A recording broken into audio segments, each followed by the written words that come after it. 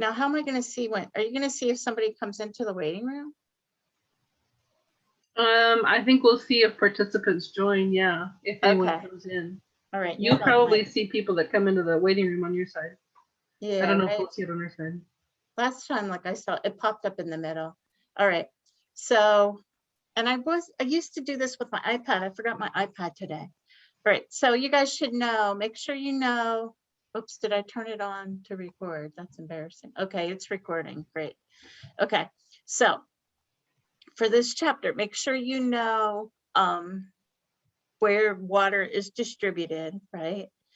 And know who has the most water, right? So like babies have a lot of water and the elderly have less water. So both of those groups end up being really sensitive to any changes in hydration.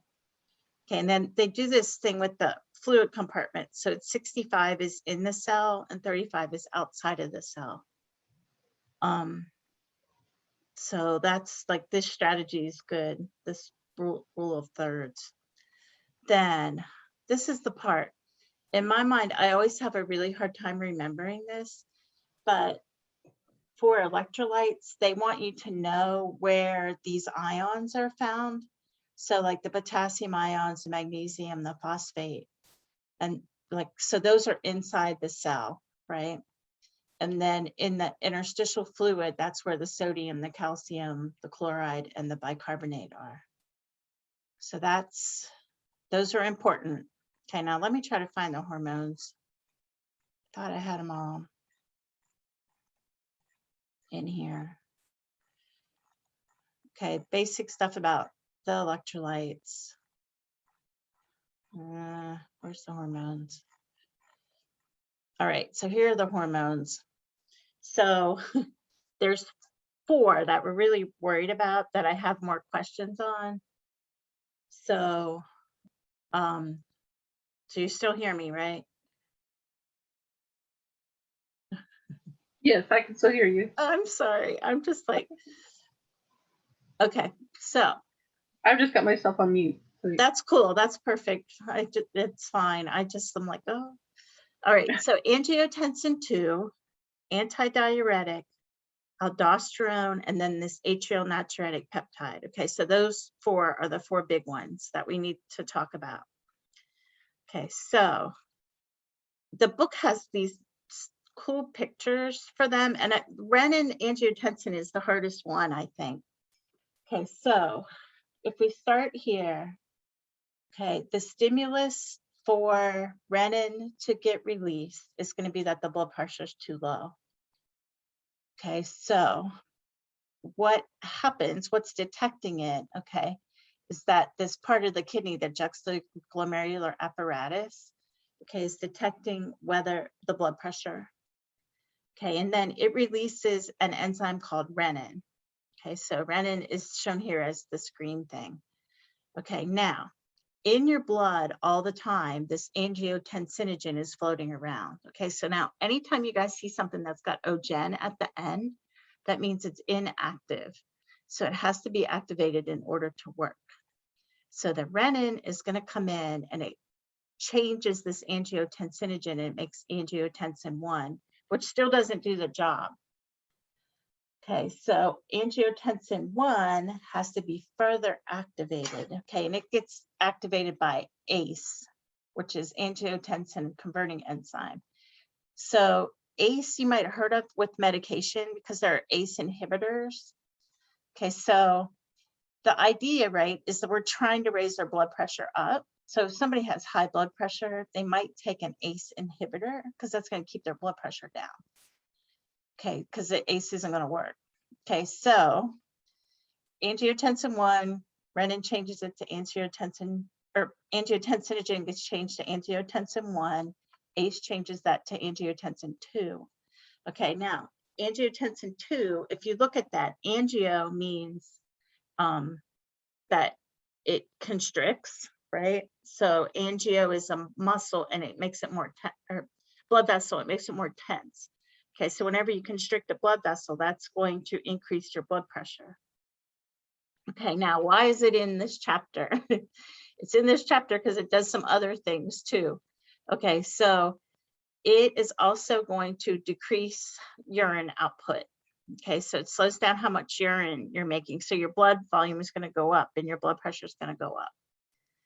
Okay, it also causes the release of antidiuretic hormone, which we'll talk about in a minute, and it's going to cause the release of aldosterone. So this one kind of starts the whole cascade going. Does that kind of make sense? I'm going to look at my email, make sure that Maureen hasn't sent me email since you can't get in. Okay, it makes sense. Dr. Yeah, Deb. okay. All right, so And no, she didn't send me. You All right. you put this up as uh just as a little to do on the on bio. I didn't know about it till today, so I don't know how many people are Okay, yeah probably thinking it's something else. okay. So you Okay. think people didn't? Well, she and I talked about it, so that's the whole reason I'm doing it. So she might just not be home from work yet. Okay. So I am recording it, so I will post it. And it's fine with me if you record it. But I'm recording it too. So I just have to render it and post it. Okay, Okay. so angiotensin 2 it's important, right? And it's tricky because of all the different steps along the way, but I think it kind of makes sense, hopefully. So the stimulus is that the blood pressure is too low, okay? And what's detecting that is actually the juxtaglomerular apparatus. So this little part of the kidney, so of the glomerulus, okay? And then it releases renin. And I know everybody got that wrong on the test, so I'm going to give everybody credit on that for that. But it releases renin, and then renin starts that whole cascade. I think I'm trying to remember. No, okay, we'll keep going here from here. Okay, Isn't then, renin released by the liver? I didn't think that it was released by the kidney or the oh, JG. by the kidneys. Did I say liver? Oh, I'm sorry. It's released by the kidneys. Oh, Okay. geez, I'm not paying attention. I'm doing too many things at one time. No, you're fine. I thought I was always under the impression it was released by the liver. I don't No, know. it's from the renin's coming from the kidneys. Okay. Yeah, angiotensinogen might come. I think that comes from the liver, and it floats around in your blood, right? ACE comes from your lungs, but renin's going to come from your kidneys. And it's crazy because there's these little cells in here, and all they're doing is they're regulating the pressure that's going into that capillary where the urine is getting filtered. So they're detecting whether this vessel is getting big, if the pressure's going up or pressure staying low. So it's kind of cool. Okay, then, so it does a whole bunch of things to increase your blood pressure. So it constricts your blood vessels. It's going to change the filtration rate. So you make less urine, so you're going to hang on to water, right? And then it makes you thirsty. So it stimulates your thirst center. It also releases antidiuretic hormone, which we're going to talk about, and then aldosterone, which we're going to talk about.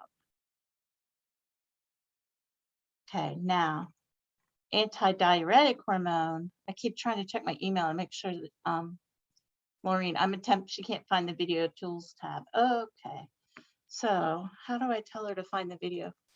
Okay, so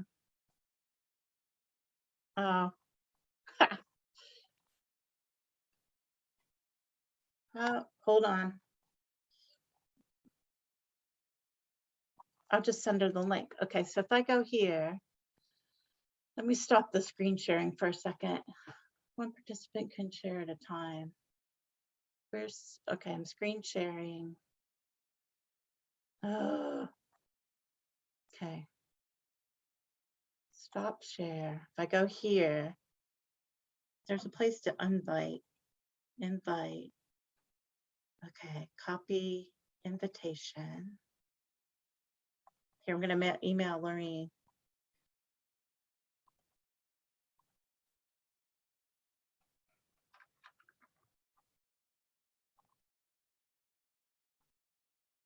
Okay. Now I'll share the screen again.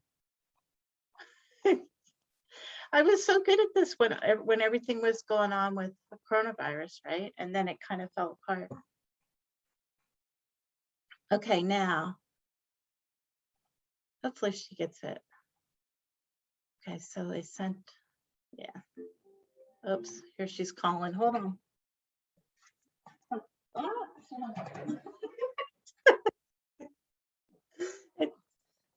All right. So hold on. She's probably going to get in here in a second. Okay, so now antidiuretic hormone. It's the one that makes the most sense because you guys know what a diuretic does. So what's a diuretic do? It makes you pee, right? Makes you have to pee. It's going to flush water out. So, okay, now she's there, I think. Okay. Admit.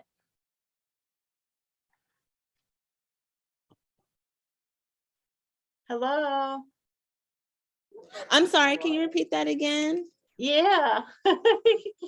So let's go back. Okay, so let me go back to the top of the hormones. Hi, Lorene. Okay, so let's go back to the top of the hormones. So when you guys go to study, make sure that you know, and these are one of my least favorite things are hormones. Here I can show. No, well, not hormones. I always feel like I struggle with remembering where the electrolytes are, but that's something that we always go over. So make sure you go over, somehow memorize, okay, where these ions are. Okay, so potassium, magnesium, and phosphate are inside the cell, and then the sodium, calcium chloride, and bicarbonate are outside of the cell. So there's somebody's probably has some sort of analogy for that somewhere, but for me, I never remember. But I guess in a way, so if you think about potassium, and you guys that are LPNs, right? Potassium is a big deal with like a crush injury. So something gets dropped on someone, they might be fine until they pick it up, like in a construction accident. And when they pick the piece of whatever that's heavy fell on them, the potassium ends up, they get a surge and then they have a heart attack.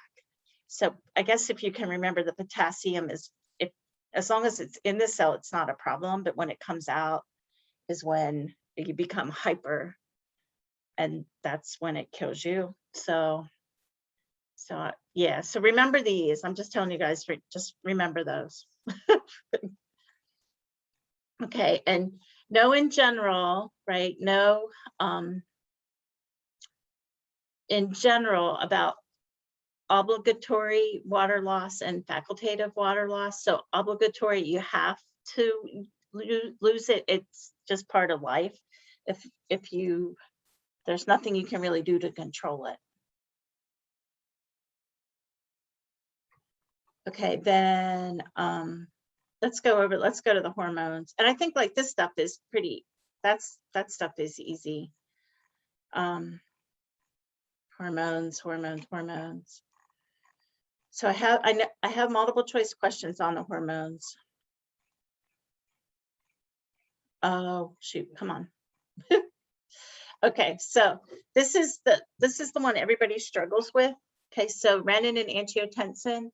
So remember, the stimulus is the blood pressure's low, so that means you don't have enough. And I'm recording it, Laureen, so I can post it again. Perfect, thanks. Yeah. So the stimulus is low blood pressure, and I keep going over this, but it's detected in the juxtaglomerular apparatus. Okay, so the little vessels outside the glomerulus in the kidney, that's what's detecting that the blood pressure is low.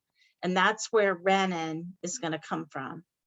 Okay, so renin is an enzyme. It's just this little protein. Okay, now in your blood, you have angiotensinogen floating around, and that comes from the liver. Okay, so it's floating around. Now, anytime you guys see anything that's got O-gen at the end, it means it's inactive. So chemists put a little O-gen on the end of everything, and it means, okay, that protein can't do anything until we change it. So renin comes in and it takes angiotensinogen and it cuts it. And it makes angiotensin 1, which still doesn't work. Okay, so it still doesn't do anything. Okay, but it can be activated on by this thing called ACE. And ACE is angiotensin converting enzyme. One way to kind of remember this is if somebody has high blood pressure, one of the ways that they control it is with the ACE inhibitor. Okay, so the idea behind renin is it's going to make your blood pressure go up, right? So if they can inhibit this, it's going to keep your blood pressure down. Does that kind of make sense a little bit? Maybe. Okay, so angiotensin 2 is the hormone. This is the one. Okay, so angio is blood vessel, right? And tense means it's going to constrict. Okay, so angiotensin is going to constrict the blood vessels, and that's going to make their blood pressure go up. Okay, the other thing that it does is it slows down urine production. So that means you're going to hold on to water, right? And when you increase your blood volume, that increases your blood pressure. Okay, it makes you thirsty. So you drink more water, and that's going to increase your blood volume. It releases this hormone called antidiuretic hormone. Okay, so now this is where a diuretic, what's a diuretic do? Does anybody remember?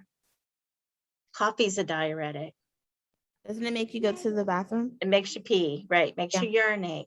So antidiuretic hormone is going to do the opposite, right? So it's going to make you hold on to the water, which makes sense, right?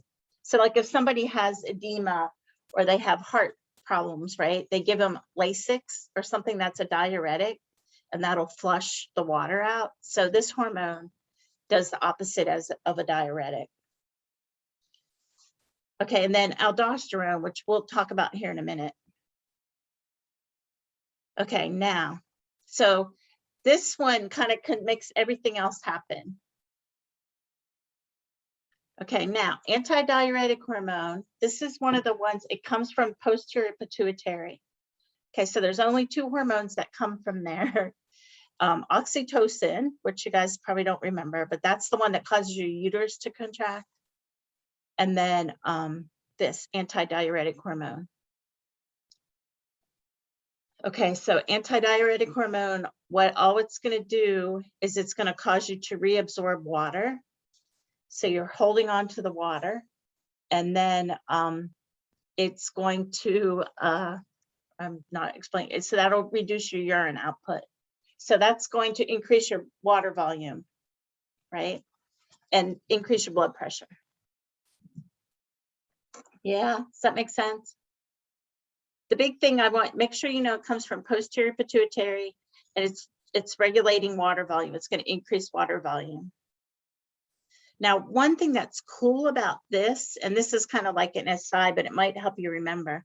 So my family has hemophilia, right? So they don't clot the way they're supposed to. So my kids have a synthetic, or used to have a synthetic antidiuretic hormone. It was called Stymate. It was a nose spray. So whenever they got a bad nosebleed and we couldn't get it to stop, we could squirt that up in there, and it was a vasoconstrictor. So it would stop the nosebleed. But they would always be like, you can only use it once a day, right? And you know how hard it is to get nose spray up a kid. So like if they were like flinching and floundering around and didn't want to do it, they're like that, and you get half of it in, you can't give them another dose because of the influence it has on the kidneys. Okay, so they're like, they'll get all puffy because they'll be retaining water because you gave them too much antidiuretic hormone. Yeah, does that make sense? Then I learned that like Afrin does the same thing. It clots it the same way, right? So, or not as well, but other nasal sprays do the same kind of thing. Okay, and doesn't affect the kidney. Okay, now aldosterone, the way I remember it is when you look at aldosterone, okay, it's got See this DOS? It's got SOD in it.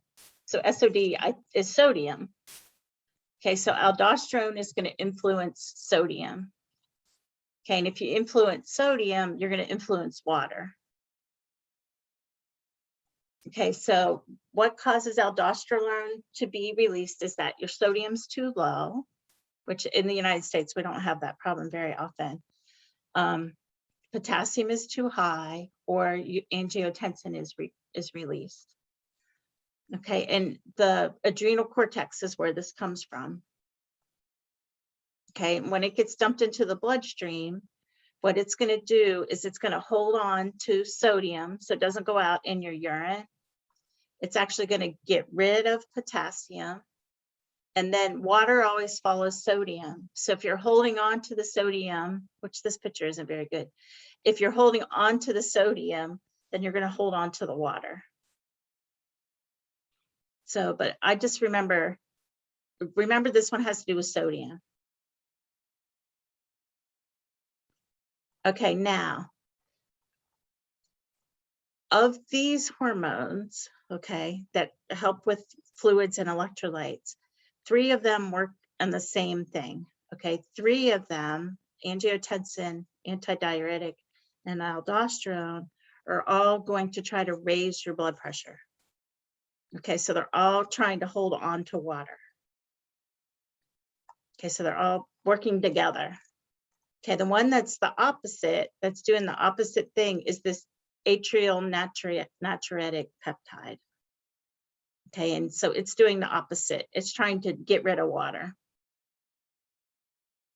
Okay, so that's a perfect multiple choice question because I have 4 things, right? I have 4 things and I'm saying, okay, which one's different than the other ones, right? So these 3 are all trying to raise your blood pressure and this one's trying to lower it.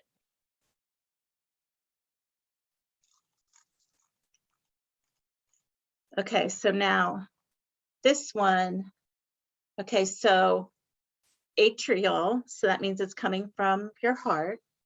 And then nature, so what element is Na?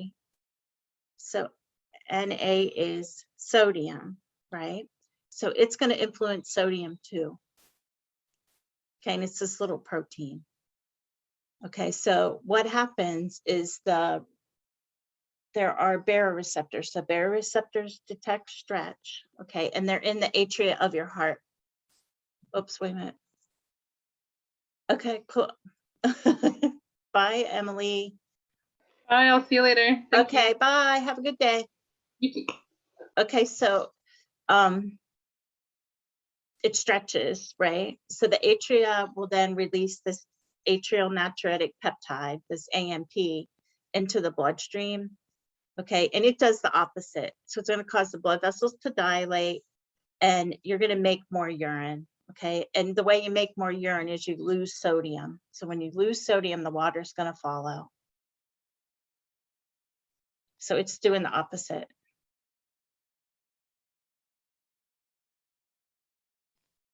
So the hormones are important, and I know I have a chunk of questions about them. I don't know how many, but I have some questions about the hormones on there.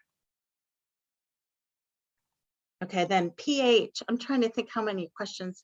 The questions I have about pH are pretty general.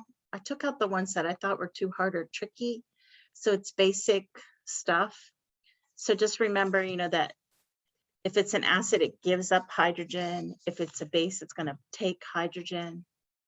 And remember the pH scale, right? So if it's acidic, the number is low. If it's basic, the number is high.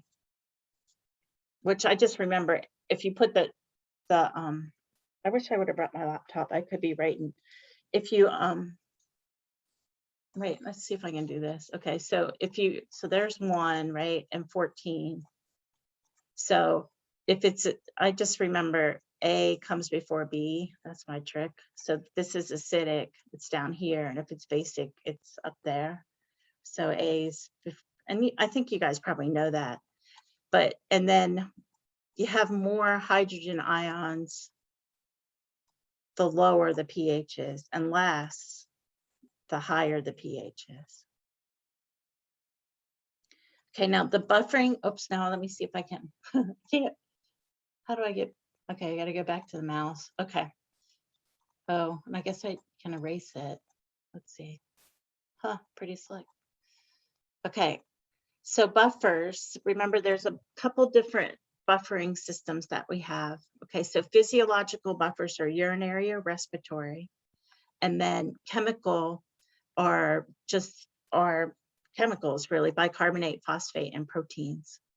Okay, so the, hold on, let me find the pencil again. Where did it go? Draw, okay. So, well, I didn't do it right. Oh, spotlight, stamp, draw. Okay, there. Okay, so respiratory and urinary are going to take longer, right? And urinary is going to take the longest. It's the slowest. Okay, but even though it's the slowest, it's the longest lasting and it's the most powerful. Okay, so chemical buffers and respiratory buffer, we're just kind of shifting things around. But the urinary, we're actually getting rid of hydrogen ions. I kind of think of it like if you have, my weird analogies, kind of like if you have a bunch of debt and you're shifting credit card debt around and you're moving it from one card to another, but you're not paying it off to get rid of it. You're just kind of like, okay, I'm going to use the checks that they give me with this credit card to pay off a bunch of this one. I'm moving it around and it helps for temporarily, but in the long term, you're not getting the debt paid down. Okay, but your urinary system is like actually paying the debt down. You're getting rid of the debt, which would be getting rid of the hydrogen ions. Okay, so it's super strong. It just takes longer. So in the meantime, in order to get things to work, in order to kind of save you until you can get rid of it, you have your respiratory system and you have chemical buffering systems. Oops, there's another chat. Okay, cool. Bye, Keja. Bye, thank you. Yeah, no problem. Have a good one. Bye. Yep, you too. Okay, now. So the sodium bicarbonate, and I don't have any questions where you have to like spit this back out or anything like that. So you don't really have to worry about it too much. The idea is that, right, when you take carbon dioxide and water and you put it together, you get this molecule, which is unstable. Okay, so it's going to break apart, right? And it's going to break apart to bicarbonate and hydrogen ions. And it goes either way, goes both ways. Okay, so it can go either way depending on what's in excess.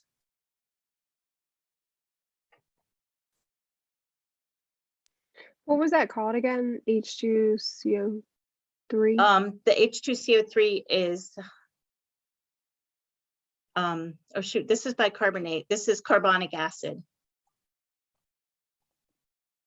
Yeah, oh yeah, look, I even have it written on here, carbonic acid. I was having a brain fart. But it's real unstable. It doesn't stay. So it either goes this way or it goes that way, depending on what's going on.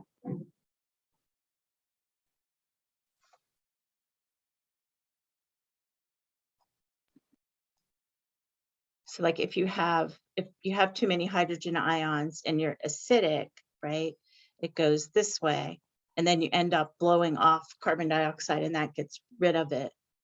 Okay, but if you're opposite, right, the pH is too high, which usually usually we're going the other way.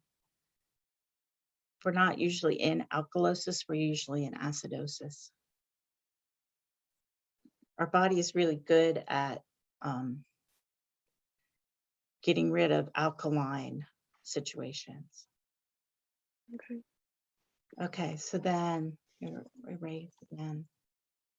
And then, okay, so a big difference, right, is the bicarbonate is outside of the cell Okay, so in the extracellular fluid, and then this phosphate system is inside the cell. So it's the same basic idea, it's just two different locations.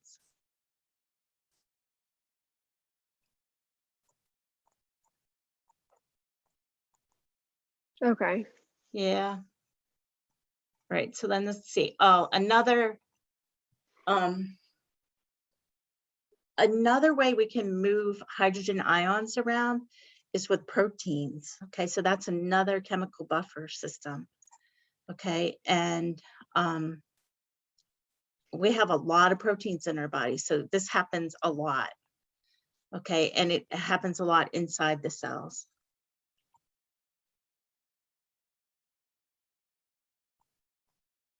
So know in general that there's 3 chemical buffering systems, and they're short term, they happen really fast. Okay, so Okay. bicarbonate, phosphate, and then proteins. And then respiratory system will happen, and then urinary system. Okay. So that was bicarbonate, phosphate, and protein. Yep. Okay.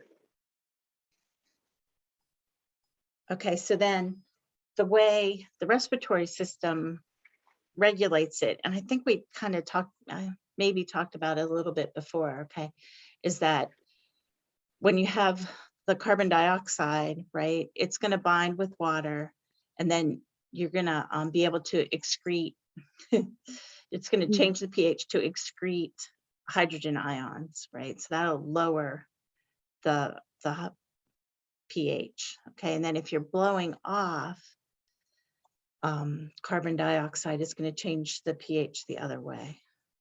Right. Okay, so if somebody has COPD, right, and their carbon dioxide is building up in their body, so they're not able to get it out of their blood, right, they end up in acidosis because their hydrogen ions are building up in their blood. So they can't get it, they can't get the carbon dioxide out, and it's converting to this. Okay. But if somebody is like hyperventilating and they tell them to breathe into a bag, into a paper bag, it's to get, because they're blowing off too much carbon dioxide and they're losing hydrogen ions. So they go into alkalosis. So when they breathe in the bag, they're bringing this back in. Right. And I know that they don't necessarily do that, but sometimes they, Yeah. right? So much And- practice. Yeah. It's kind of an old lifestyle thing, but there's a logical reason behind it. Mm-hmm. Okay, now, things that regulate your respiratory rate are carbon dioxide and pH in your blood. Okay, so as that changes, that's going to influence how you breathe. Okay. Okay, so then this is the same thing that I was saying. So the kidneys are the best way to control pH, because you actually are like flushing hydrogen ions down the toilet instead of just converting them. Okay. Yeah, and I don't worry about this. It's just, I would always try to explain it and that never goes anywhere. So don't worry about that. Yeah, and then this, don't worry about that. And I don't even know that I have any, I might have one question about this. Okay, so because potassium and hydrogen ions are positive, what happens is if you become acidotic, the hydrogen ions will move into the cells and they'll bind with the protein and they'll force the potassium out. So then that can cause hyperkalemia, causes problems with the I'm getting all these emails. That's weird. Sorry. And no, it's weird that they're coming through now because oh well. So it causes problems. Potassium ion is a bad imbalance. Mm-hmm. That's the one that causes a heart attack, right? Yes. And then I don't know, I think the questions that I might have on this are pretty straightforward. So respiratory acidosis is if you're having a hard time getting carbon dioxide out, so like a COPD. And then I don't even know, like metabolic alkalosis would be if you're vomiting a lot, or if you have diarrhea, you might go into acidosis. I know. So let's see. That's kind of the same thing that we've been saying. Do you have specific questions, Maureen, that you want me to answer? Yeah, so I think I reviewed it's mostly this chapter. I think digestion and all that I've got down for the Okay. most part. So from your study guide, it says that like the major fluid compartments. Okay. Like, what is that? So the Like, I wasn't idea, sure. hold on. I have that up here. Hold on. Okay, so water balance. So the fluid compartments. So what they're talking about in this little thing here, the rule of thirds. Okay, so Oh, yeah, it's either in your cells or it's out of your cells. Okay, so 2/3 of the fluid is in the cells. So it's within your, well, that makes sense, right? In the cells in mhm, your body. Okay, a yeah. third of it is outside of the cells. Okay, so that is blood, and then like the other fluids that's in between your cells. Okay. So that's how it's distributed. So you go 2/3 and then 1/3, and then you divide that third into it's in the fluid or it's in the blood. Okay. Does that kind of make sense? Yeah. Yeah. Okay. So most of it's in your cells, which in my mind, before I started doing this, I would have never thought that, right? I would have Yeah. thought it's in your blood, Yes. but it's in your cells. And then a little fraction of it's actually what's in your blood. Okay. Okay, and then, so correct me if I'm wrong, but males do have more water because they have more muscle tone. Yes, right. Okay, Yep. And we have and less then, because fat is hydrophobic. right, yes. And then, this was a tricky one. Would infants have more or less than the elderly? So infants have more, which is Okay, weird, right? So yeah, infants have more, elderly have less. But both of those groups then are really, really sensitive to changes like being dehydrated. mm-hmm, So infants have more, elderly have less. okay.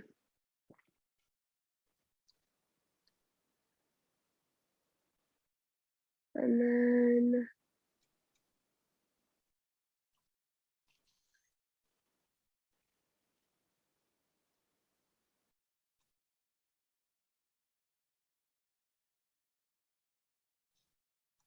I'm probably going to butcher how this is said, but it says, what are two mechanisms of satiation? Satiation? Of what? SATIATION. Oh yeah, that's a weird word.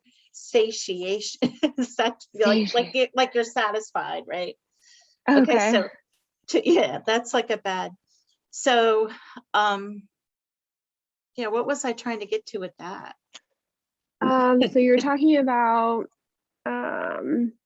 salivation Yeah. and all that good stuff. So a couple different things will happen. So when you drink cold water, right, that is going to stretch, it's going to stretch your stomach. And when you stretch your stomach, that makes you start to think that your water balance is going to be okay. So it kind of sends a signal that you're going to be all right, that you're going to have enough water. Let's see if I have it in here. Regulation of fluid balance. Okay, so what's gonna happen is two things, right? The thirst center is gonna turn on. If your blood Mhm. pressure starts to drop because your blood volume's too low, what'll happen is the thirst center turns on and you start to drink more. Okay, and when you drink more, then your stomach stretches and you start to get the message that your blood volume is going to go back up. And it will eventually. It just takes a little while from it to get from your GI tract into your blood. Right. Okay. And that's going to increase your blood. It's going to make your blood not as concentrated. So there's all these different things going on that's trying to make sure that you know that everything is going to be okay. Okay. Yeah, I wonder if I have sense of thirst, ingest water, right? So cools and moistens the mouth. So you start to feel like you feel better. You're like, oh, I got to drink, even though you might still be dehydrated. And then your stomach stretches, and then the blood rehydrates, and then everything is okay again. Okay. Makes a lot of sense. Yeah. But it's cool because it's like a short term, a medium term, and a long term change, right? So this is Mhm. the short term. Okay. And then, okay, it's getting more better. And then this is the final, okay, you're in good shape. You don't have to worry about it anymore. Okay.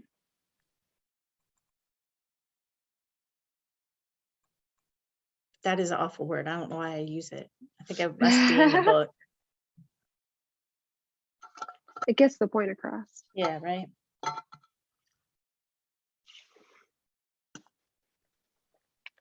So then I guess the other parts would just be on the electrons, Yeah.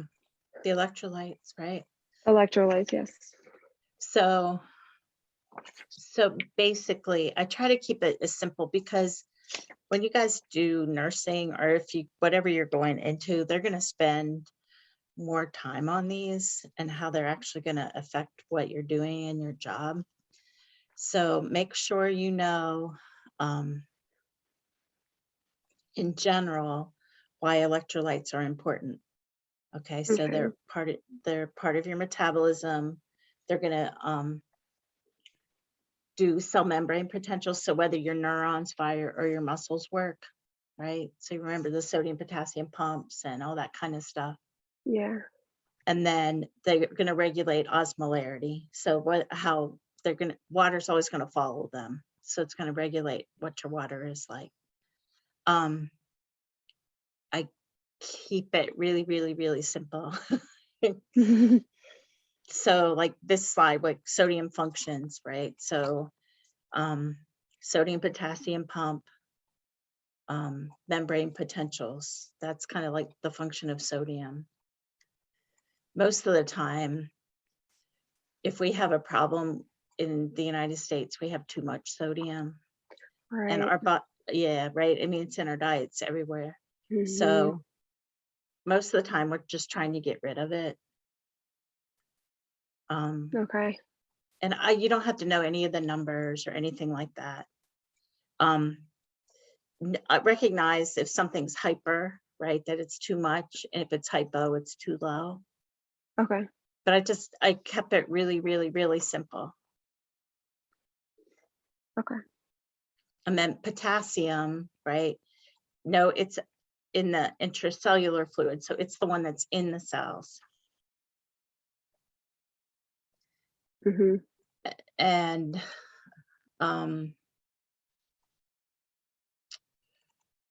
yeah, I don't even have that in there. Make sure you recognize that potassium, but they don't call it hyperpotassium, they call it hyperkalemia. So I think I know that. Okay. It's potassium is the one that if it rises slow, it does the opposite of when it rises fast. So if that's the crush injury one. So if somebody is in a car accident and they get crushed, right? At first, everything seems like they're fine. And that's because they haven't taken off the potassium in the blood, and everything is all still in the same place. But when they remove whatever is crushing them, if they don't do it with, like they have the compression, like pants that they put on people to try to keep everything stable when they take something heavy off of them. So if Mm. there's a fast rise in potassium, okay, it makes everything abnormally excitable and you have like a heart attack basically. And actually, lethal injection, it's potassium. Mm. So it's Okay. it's stimulating everything until your heart doesn't beat right anymore. Okay, but That if doesn't sound like fun. no, right? Well, they give them, but they'll use like a sedative first. They'll give them a sedative and then they give them over too much potassium. I know, right? Oh. What a way to go, right? Yeah. And then a slow rise. So if somebody is just keep creeping up, right? It does the opposite. And it might not do anything, but their muscles might be weak. It's harder for them to get excited. Okay. Do we need to know like symptoms of such? Nope. Okay. Like I tried to keep it basic because I know if you go do your RN, they'll probably go over how it actually applies and what numbers you need to look for and how everything affects it. Okay. And then, calcium, what calcium is for, right? So bone and teeth. So that one's kind of straightforward. What about where it says like, this one? Yeah. I know. I don't think I have it in there because I think, I usually teach it with bone. So don't worry about this. Okay. Pretty sure I don't have any questions on there about it.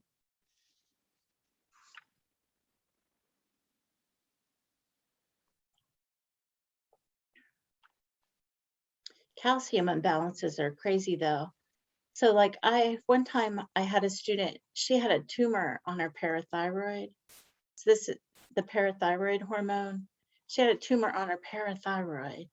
So her calcium was all messed up. So yeah, like all this crazy stuff. Like she had, I'm trying to remember, like the calcium wasn't staying in her bone. So she had like kidney stones. She ended up like having a seizure. Oh. And then because she had a seizure, she fell and her bones were so fragile because the calcium was out of balance. She like broke all sorts of weird stuff that you wouldn't expect to break. Yeah, it was awful. Yeah, it was really bad. That was scary.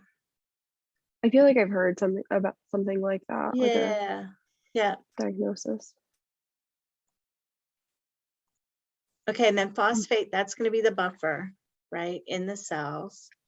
And that's all you would need to know about that. And then I don't think that this is very common. You don't have to worry about any symptoms. And then I would make sure you look over the hormones. Right. Yes.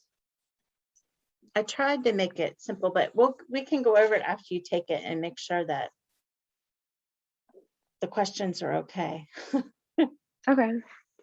And then it says important ion and blood clotting. Yeah. What is that? Calcium. Okay. Yeah.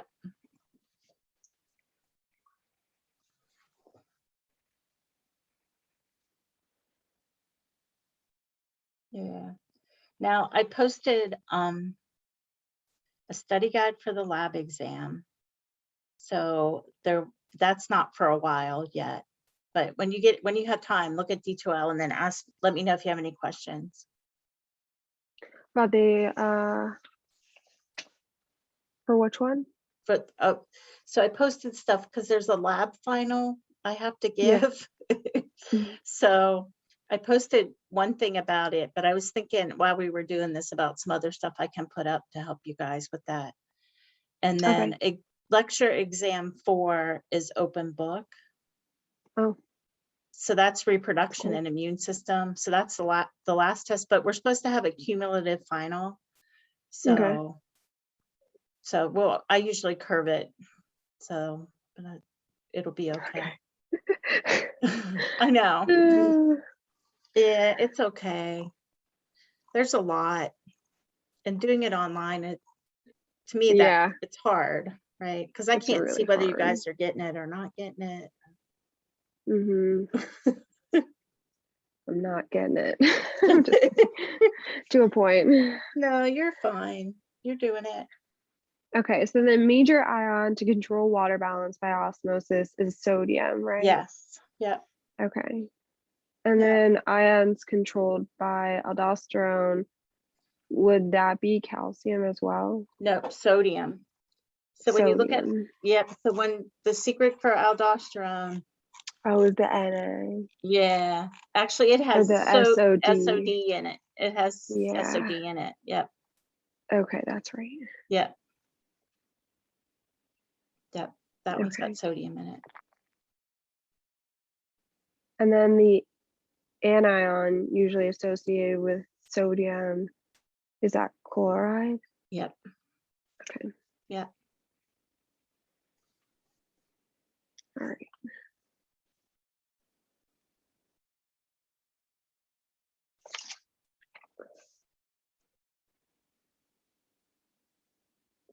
And then the excitability in muscles and all that good stuff, that was potassium. Yep. Okay.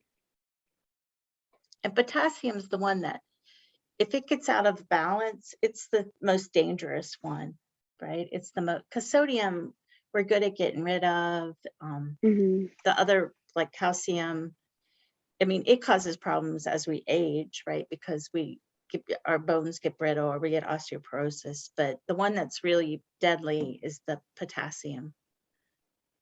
Okay. For the pHs, are we gonna have to know like decimals, like if a pH is this much? Okay. No, I saw that on your study guide and I wasn't sure no, because we don't didn't worry. go over it. No, don't worry about it.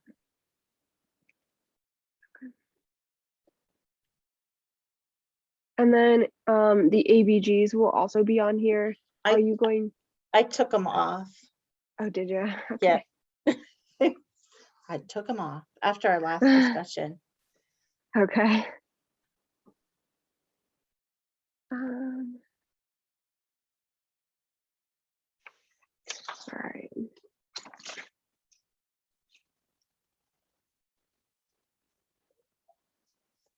And then chime, that is when the bolus gets into the stomach and then mixes with the stomach acid and then moves on, right? That's Yeah. the product. Yeah. Okay.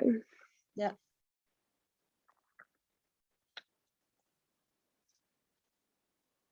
Can we go over like the parietal cells, the chief cells and G cells? Yeah. I'm switching gears here, sorry. Yeah, no, that's good. Let me open up the PowerPoint. So the parietal cells, I wonder where I have it. Which put? I think it's like, Yeah, it's up here. No, that's macromolecules. Oh shoot, wait, where's that? Lecture, PowerPoint notes. There's notes. Oh, look how much stuff. I'm sorry. That's so much crap to look at. it's okay. Right? Okay, Yeah. so let's just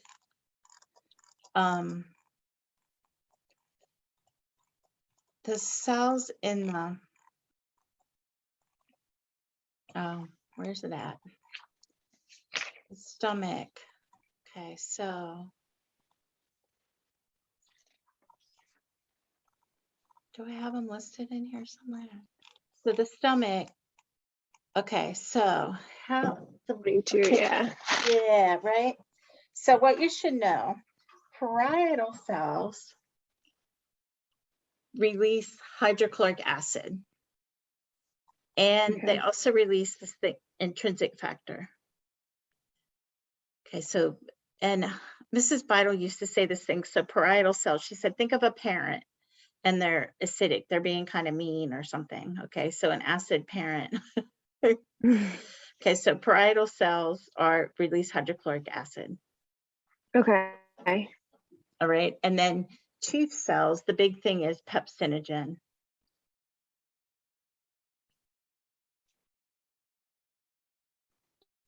And those are the two Okay. big things.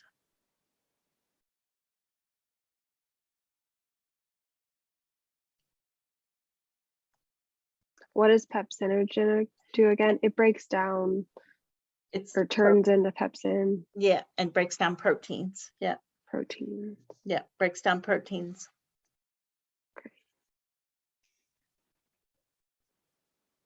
Okay. Then intrinsic factor, it is the thing that you can't, your stomach, it's the only thing that your stomach, it's the only essential function of your stomach. Okay, so you could get rid of your stomach and you would be fine as long as you have B12. So Mm, yeah, so like people that have gastric bypass or something where they get their stomach made smaller, sometimes they right. don't have enough intrinsic factor. So they end up having to get B12 injections. So the B12 is going to, they need intrinsic factor to absorb B12. And you need B12 to make red blood cells. Right. And a So, whole lot of other things. yeah, right, right. Okay. So yeah. So chiefs, and there might be like one question. It's saying, okay, so chief cells do pepsinogen. Okay. And they're just in the lining. Yeah, yep. Yep. Okay.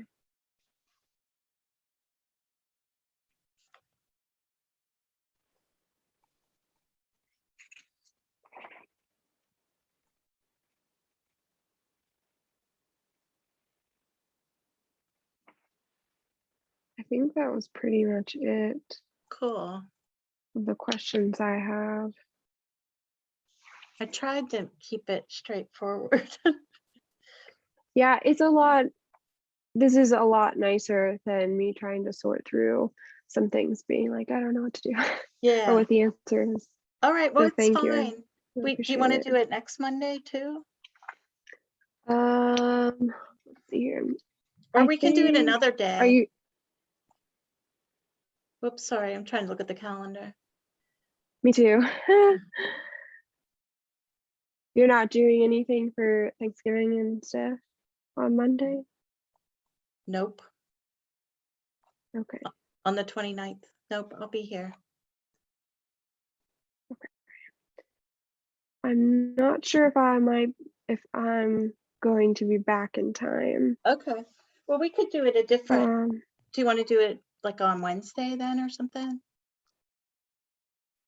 yeah, that should work. Wednesdays are pretty good for me, actually. Okay. Let me write it down so I don't forget.